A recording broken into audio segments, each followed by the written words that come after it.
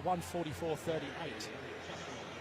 So you can see that most of the Kenyan team can dip under that magic 1:44, and if we get below that 1:45 for every single member, it will be a world record. But looking at the flags, they are dropping, so that's an important factor too.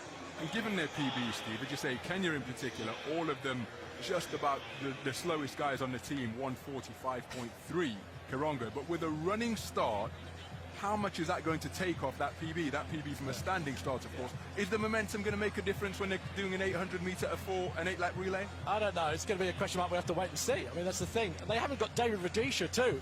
Look at that. I mean, you take out that man, the world record holder, Olympic champion, and you can still field a team that could break the world record.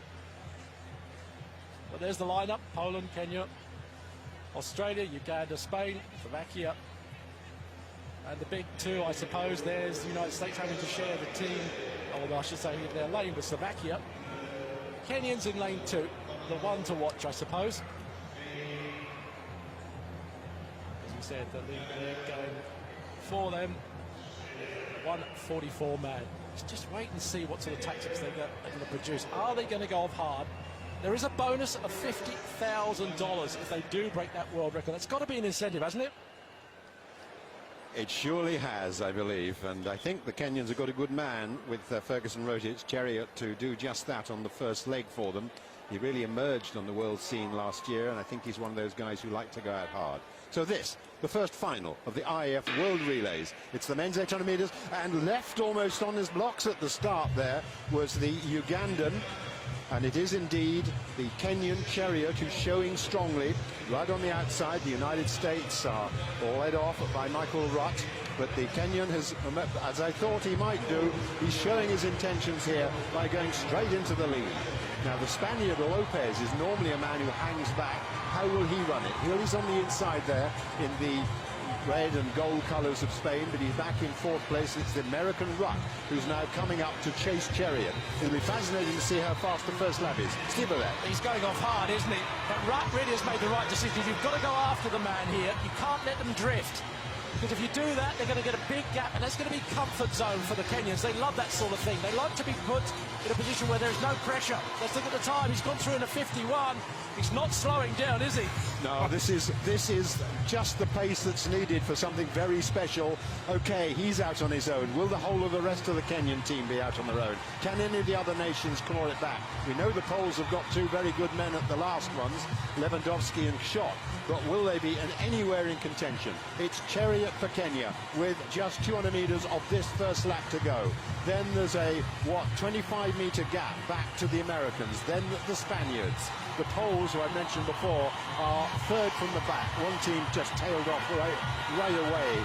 It's the Kenyans really firing away here. Lopez of Spain has run really well. He's come through past Rutt into 2nd place. But there's a big lead. It's 30 metres now as Chariot takes off for the Kenyans. He hands over. Let's see who takes in 2nd place. Yes, it's the Spaniards, then the Americans.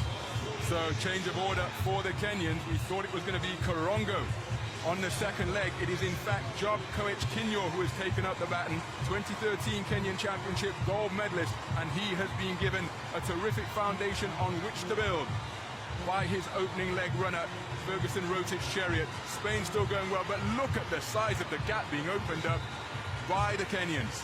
And as Job Kinyo makes his way round the top of the bend, I was watching the clock.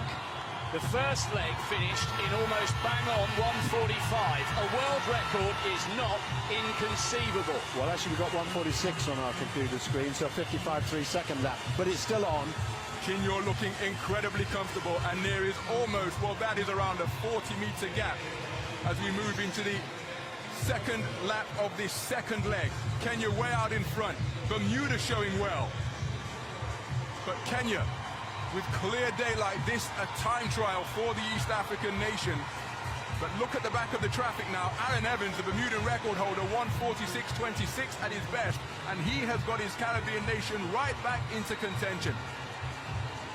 And remember, as far as the Polish athletes are concerned, they've got Schott and Lewandowski to go on the 2 last legs. They've got their big men still yet to make an impact. Aaron Evans could well be paying for going off so hard. He's dying a rather painful, slow death, but he's holding on. But it's all about Kenyan. Kenyan striding away, German coach Kenyan. And now Aaron Evans has been passed. But as we approach a change to second to third, Kirongo away for Kenya. USA in second place. Johnson has it for them. 1:45.7, that second leg by Kenyan. So Kirongo heading out down the back straight. Brilliant effort by the team from Bermuda to try and stay in the mix. The Polish quartet have got a lot to do. Lewandowski has a mountain to climb here. And in second place, it is Johnson of the United States. He is on the left of picture there. Now the camera widens out and we can see Kirongo, and Johnson is making an impact, I think. Well, Johnson's a late comer to the 800 metres. He's a 400-metre hurdler especially, so he knows what pain is all about. And he's trying his best now to claw it back, but that is a massive gap that the Kenyans are opening up.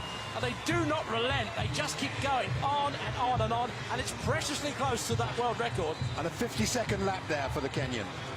Well, he's blistering through. That's an unbelievable lap time in the relay. You're not supposed to do that, but the Kenyans don't take any notice of what they shouldn't do. They just get out there and do it. Still a battle royal going on for third place. There's the Bermudan quartet, and now Lewandowski starting to make his quality pay, but he's going to have to work miracles here to get them back in touch with the Americans. But he is closing the gap and moving away from the rest of the field as the Australians move through into fourth place. But it is still Kirongo. Can he keep it going here? Fourth in the Kenyan Championships last year. He's got a best of 1:45. It's going to be ever so tight here.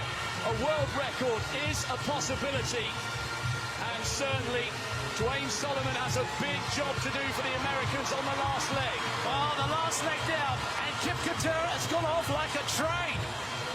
1:44.2 man this, the world youth champion last year. He's young, he's energetic, and he's very, very enthusiastic at the moment. But that third leg, 57.9 second, to me, 1:47.9, that third leg, so the record's out. He died a death, didn't he, on that second lap? But nevertheless, they're going to win this race, and they're going to win it well, the Kenyans. They're going hard. Just behind him, though, Dwayne Solomon of America, this long, striding American who is very, very fast. Solomon, who was fourth at the Olympics and has run the fastest 600-metre time trial, or second fastest ever, behind his coach, Johnny Gray, is now leading this group behind. But he's got a good man behind him as well. The world leader this year is Dwayne Solomon, 1:43.88. He's a hard-charging runner. Well, you said he blazed off. He's just run a 49-second lap, Steve. Well, he's going to die, but good on him. He's given everything he can, and he's holding on. They are closing, they really are. Solomon's running well. Just behind him, though, is Schott. This man can finish fast. He's got an incredible change of pace. When he can actually get past this big American is another thing, though. Dwayne Solomon is strong, he's big, and he's tall, and he's pushing it on. But they are closing the gap on the Kenyan, who is now suffering after that blistering first lap. Can they close even further? He's dying, he really is, and it looks as if they may catch him. Well, can Solomon do it? The gap is now 10 metres. 8 metres to go. Schott is coming past Solomon. Can Schott close the gap and get the gold medal? Can he not? No, the Kenyan holds on. Well, Kip Katera gave everything he had, and there wasn't much there. The tank was empty, but he came through in the end. The Kenyans get it. They led from gun to tape. There was drama on that last lap of this particular race. And it got the crowd on their feet. They thought it was going to be really a dramatic